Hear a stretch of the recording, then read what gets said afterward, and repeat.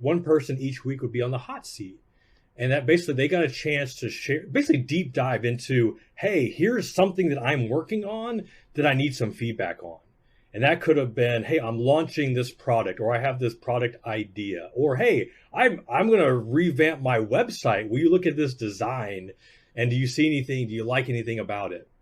And how you think about to get honest feedback from people that get you, that completely understand you, and for the most part, like, it's free. I've been in paid masterminds, but if you can find a group that's committed, willing to show up every single week, I mean, that was, and I was in probably 3 or 4 over the time, and each of them have been valuable in its own way. But it's once again, it's just that community and be able to be just honest and receive honest feedback. Like, it's just invaluable. It absolutely is. And one of the cool things about it is you can help each other solve each other's problems. Like when you go through that process, sometimes when you're on an island like that, you're trying to do it yourself. You only have your own specific opinion. But a lot of times you can help each other. If you're having a really big problem that you're struggling with, you can all kind of work through it together. And if you're like-minded or you have people who have the same skill level as you, it's really, really valuable to be able to have that as well. So I absolutely love that one. Another big one that you have, and this is one I get a ton of questions all the time on. So when we have episodes, say, for example, on real estate investing, or if we have episodes where people are trying to figure out how to get their money together, a lot of times people ask me about mentorship. And a lot of people, especially when it's coming to for real estate investing, things like that, they get held up because they think they have to have a mentor up front. But I think mentorship is extremely valuable, and it's one that I had one very early on that helped me through a lot of things and a lot of my process early on. So this is one that obviously we're getting this question all the time. So how or what should you do when you're looking for a mentor? How can you find a mentor? Yeah, I think I also hear this question a lot, and I want to push back a little bit, because I think oftentimes when somebody's looking for a mentor, they're just looking for somebody to give them permission to try something. They're so crippled by fear, fear that it's going to fail, that it's not going to work out, that they're not capable or they're not qualified to do any of this. And sometimes they're just looking for somebody like, dude, just give it a rip. I think about like my kids like playing t-ball for the first time. Like, you ain't going to hit the ball unless you take a swing. And so I get a lot of those type of requests. That being said, like, I get it. Like, I had that same fear. And initially I was, I guess, fortunate enough where the guy that hired me to be the junior broker, I mean, he was my mentor in the beginning. And, this was a guy, similar background, right? Like, his dad was a coal miner, didn't come from anything. And then in his early 30s, he's making, $500,000 a year, living in a Southern Illinois where, average salary, median salary is probably like 40,000 or less. So that was the mentor that I needed at that point in my life, because before then, my dad actually, funny, like him mentoring me it was like a rich dad, poor dad moment where I had an opportunity to go on straight commission and get off a salary.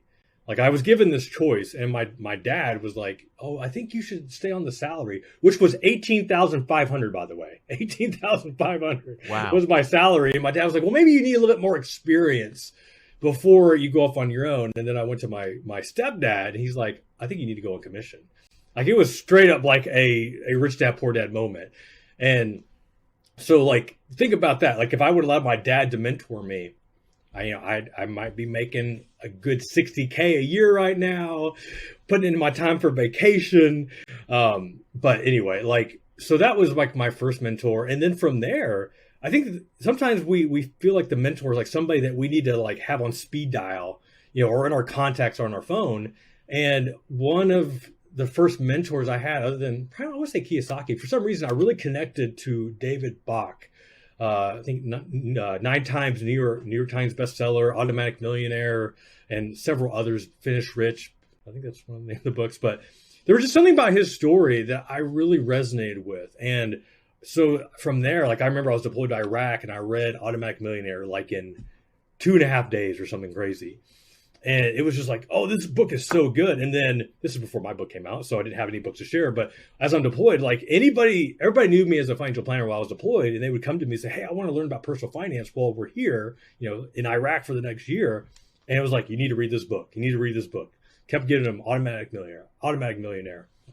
So like in this weird kind of cool way, David Bach was my mentor, even though we had never spoke. I didn't even email him. It wasn't until, gosh, probably 8 years later, he was a keynote speaker at FinCon, the conference where you and I met. And I got a chance to interview him, and I told him the story about, I read your book in Iraq and I shared it with everybody. And it was like this goosebump moment for like the both of us. So, I mean, he was a mentor of mine, even though like we never had any personal interaction. And so I think sometimes mentors, like we can get mentorship from people that we never even speak to, but we can read their books. We can listen to their podcast. I mean, Gary Vaynerchuk, he's been, kind of a mentor of mine as well. I've never talked to him. Like we've tweeted at each other a few times, but like these are different places you can get mentorship without having to have that person, like I said, on speed dial. I absolutely love that you brought that up, because that is the biggest thing that I see, is that you can have a mentor and you don't have to ever meet them, because you can spend more time reading somebody's book or listening to their podcast or watching their YouTube video, and you'll get more time from those specific individuals than you would if you actually had a real mentor. Because real mentors, if they're a good mentor, typically they're successful, they're busy, a lot of their time is being taken up in their businesses or whatever else they're doing. But if you have the time to be able to listen to audiobooks or listen or read someone's book or go through that process, then you are getting more mentorship than the majority of people would be if they were actually talking face to face to that person. Because typically, like I said, like you said before, is mentors, a lot of times you're not going to be talking to them on speed dial. A lot of times it's one of those situations where maybe quarterly you're having a conversation. So you're not going to get a crazy amount of value out of it unless it's something where you're talking all the time. So I love that you brought that up as well. And one thing I'd like to share, just because I think this is also important, because I get this a lot too, and I don't know if you've heard this, but it is a phrase that it just affects me a certain way, and it's the question, "Can I pick your brain?" Do not use that question, because what I hear, and I don't know if you hear this as well, but basically I hear, "Hey, I want to take your time, and I don't want to give you anything in value." It's like I just want to take. And if you're reaching out to somebody, like don't ask that question. And just to give you an alternative, it's like, hey, you're somebody that I really admire. I really just appreciate what you've done business wise, and it seems like you are you are 10 years ahead of where I would like to be.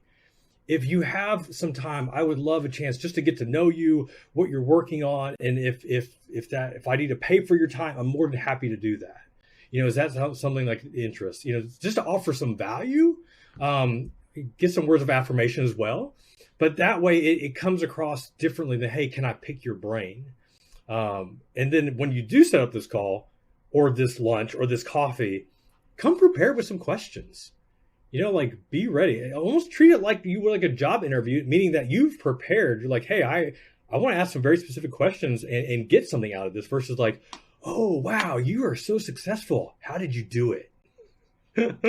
So just give you some tips on reaching out to people. Exactly. And that's going to help you get the specifics. And in addition, I agree with you on the pick your brain thing, because that is one thing that I've heard so many different people who are really successful get asked that all the time. And usually they're all turned off by that. That's one of the things that they really hate hearing. So it's one of those things where you want to give value first and be able to do it that way. That's a perfect way to set it up, I think. And then the specific questions are amazing just because you'll actually get the most value out of it if you have those specific questions ready. So the fifth one that you have is building relationships. And building relationships is one that I have seen some of the most amazing outcomes come out of that. And it's one of those things that a lot of people overlook in networking and going through that whole process. So why is it so important that we build relationships with people? I just think, going back to the whole pick your brain example, it's like we live in this type of world where we all want success. We all want it now or yesterday. And it's just a take. And one of the things I kind of give props to my grandmother. I used to call her Nanny. And it was just the whole golden rule of just do unto others as you would want done unto you. And it's so simple. Silly, simple, but yet so effective. And every time I've approached anything in my life, it's like, man, how would I want to be treated in this situation?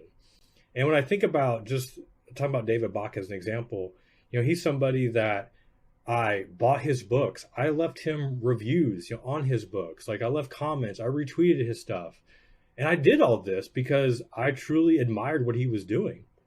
And I've done that with other people, like it was those, when I had my book come out, before I was asking people to read or hopefully purchase or leave reviews, for other authors, like, man, I want to make sure I was doing the same thing and make sure that I was just doing what I could to serve others. And that was just sharing the information, like sharing their blog posts, their videos, like, on social media, and just doing everything I could to lift others up. And so that whenever it came time for me to ask, like, it was just easy, it was just natural because I'd already given my time and effort towards others, and just leading with a serving heart, excuse me.